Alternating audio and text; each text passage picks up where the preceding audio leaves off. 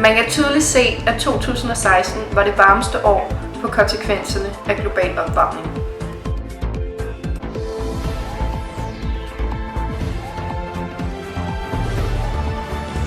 Den globale opvarmning er blevet et livstruende problem, og det skal vi ændre på nu.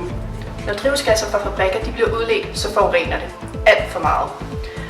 Den globale opvarmning har konsekvenser, og det er vores ansvar at mindske dem.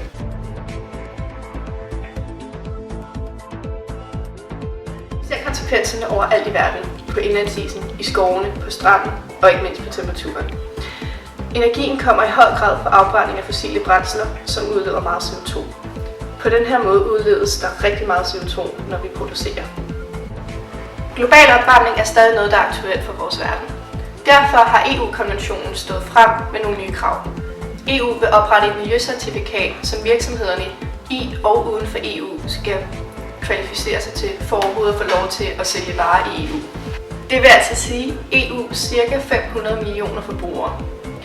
Miljøcertifikatet udstedes til virksomheden, hvis den opfylder EU's krav om at tænke grønt.